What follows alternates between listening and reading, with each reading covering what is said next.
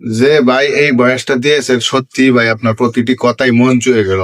আপনাকে মন থেকে ছিল। ভূমিকম্পকে বই পাই, কিন্তু ভূমিকম্প যে দিতে পারে, যে সৃষ্টি করতে পারে, তাকে বই পাই না। আমাদের ভিতরটা এই কাপড়টার মতো হয়ে গেছে, মানে অপরাধ করতে করতে আমরা এই কাপড়টার মতো হয়ে গেছি, একেবারে ভিতরটা ভেঙে চুরে মুচড়ে গেছে। কিন্তু আপনি যদি তার কাছে হাস নিয়তে ক্ষমা চাইতে পারেন, এই কাপড়টা ইস্তারি লাগার সাথে সাথে যেমন ফ্রেশ হয়ে যাচ্ছে, নিশ্চয় আমার ওই মহান রাব্বুল আলামিন আপনাকে আমাকে এমন ফ্রেশ করে দিন। এখনো কি আমাদের সময় আসে নাই ওই উপরওয়ালার কাছে ক্ষমা চাওয়ার?